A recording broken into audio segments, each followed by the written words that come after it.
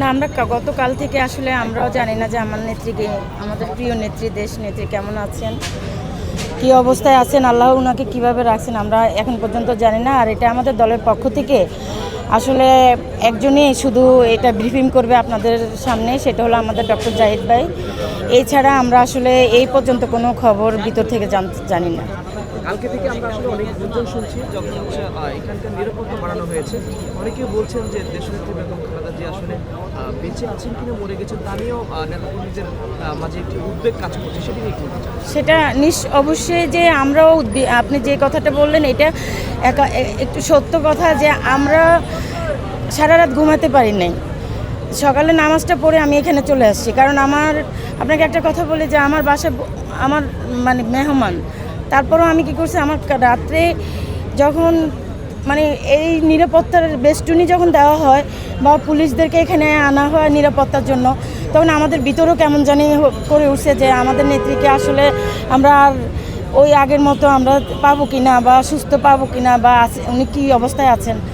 তো এই অবস্থায় সকালবেলায় একদম সকাল ভোরে যখন এখানে 7:30 বাজে আমি এবার কেয়ার হাসপাতালের ভিতরে যাই, জানি আমরা ওই পর্যন্ত যেতে পারবো না, কারণ যাওয়া উচিত না। উনি যে ক্রিটিক্যাল অবস্থায় আছেন, আমরা আমাদের মহাসচিব বললেন যে ওনার ওইরকম অবস্থা নেই, গত পরশুদিন যেটা বলেছিলেন আর কি।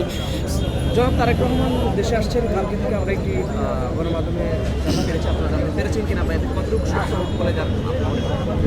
আমি সত্যটা জানি না কতটুকু সত্য, আপনারা যেরকম শুনছেন আমিও এরকমই, আমরা মানে আমাদের ভিতরে এরকম জাগতেছে যে উনি আসবেন। তা আমি আপনাদের মাধ্যমে একটা মেসেজ দিতে চাই, আপনি চলে আসেন। আমরা জাতীয়তাবাদী দলের যে কর্মীরা আছি 17 বছর আমরা মাঠে ছিলাম, আমরা একদিনের জন্য আমরা এই স্বৈরাচার আমলকে ভয় পাই নাই। আমরা জেল খেটেছি, আমরা অনেক কষ্ট সহ্য করেছি, কিন্তু আপনি চলে আসেন, আমরা আপনাকে উপরওয়ালা নিরাপত্তার পরে আমরা আপনাকে নিরাপত্তা দেব। আপনি বাংলাদেশে শুধু পাওয়াটা দেন, দেখবেন যে বাংলাদেশের পরিস্থিতি পাল্টে গেছে।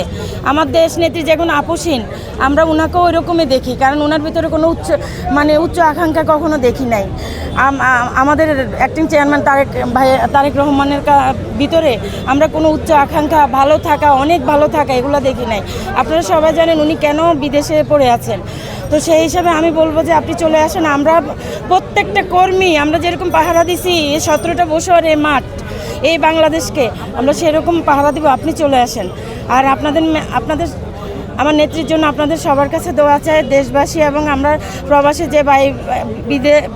যে ভাই বোনেরা আছেন, আমার পরিচিত আমার অপরিচিত পুরো পৃথিবীতে যারা আমার নেত্রীকে চিনেন। 3 বারের প্রধানমন্ত্রী যেহেতু ছিলেন, উনি বিদেশে গেছেন, সফর করেছেন, সেহেতু আমরা চাই সবার দোয়ায় আমার নেত্রী আমাদের মাঝে ফিরে আসুক। এই হজবর হলো একটা বাংলাদেশ এখনও অবস্থা ভালো না। আমরা চাই নেত্রীর মতো একজন মানুষ আবারও যেন বাংলাদেশের মাঝে ফিরে এসে গণতন্ত্রকে ফিরিয়ে আনেন। আমরা এইটুকু চাই আপনাদের মাধ্যমে।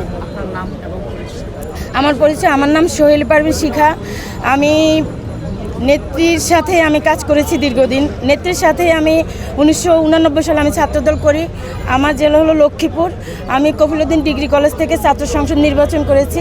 এরপরে 92 সালে আমি ঢাকায় অবস্থান করি, ওখানে আমি উত্তরাতে বসবাস করি। আমি উত্তরাতে দুইবার নির্বাচন করেছি একক প্রার্থী হিসাবে বিএনপি থেকে।